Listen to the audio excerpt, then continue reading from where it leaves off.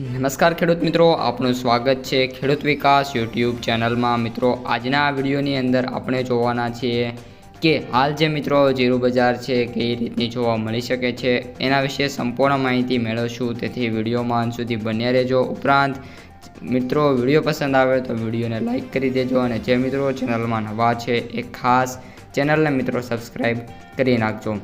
સૌપ્રથમ મિત્રો વાત કરીએ તો જીરુની બજારમાં ગોવાની કોન્ફરન્સ પૂર્વે ભાવ મિત્રો સ્ટેબલ રહ્યા હતા અને આજે ખાસ કોઈ બજારમાં વેપારો પણ જોવા નથી મળ્યા, કારણ કે મોટાભાગના મસાલા સાથે સંકળાયેલો વર્ગ આ કોન્ફરન્સમાં છે।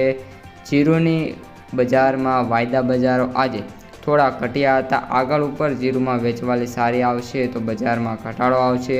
પાક પાણીના અંદાજો અને ભાવના લેવલ ઉપર હવે જે જીરુની બજારો છે એ ચાલતી જોવા મળશે।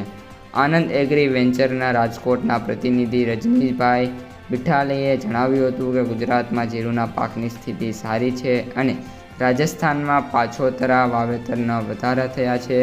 રાજસ્થાનમાં હજી નથી આવી નવા જીરુની આવક શરૂ થાય એવી ધારણા છે। ઓલ ઓવર વર્ષે બંને રાજ્યો મળીને કુલ 80થી 90 લાખ બોરીની આવકો આપણા ભારત માટે મિત્રો કરી દે છે। આ ઉપરાંત મિત્રો જે કેરી ઓવર સ્ટોક છે એનો વર્ષ આ વર્ષ છે એટલે કે 2025-26માં 20 લાખ બોરીનો રહે એવો મિત્રો અંદાજ મૂકવામાં આવી રહ્યો છે।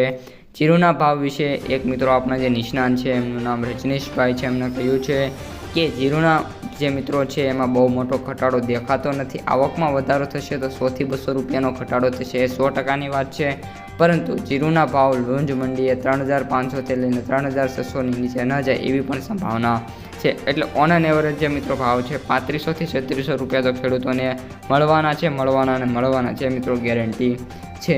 આ ઉપરાંત હજી પણ 15 દિવસનું તાપમાન કેવું રહે છે અને ત્યારબાદના ચોક્કસ અંદાજો છે મિત્રો રજૂ કરી શકાય છે।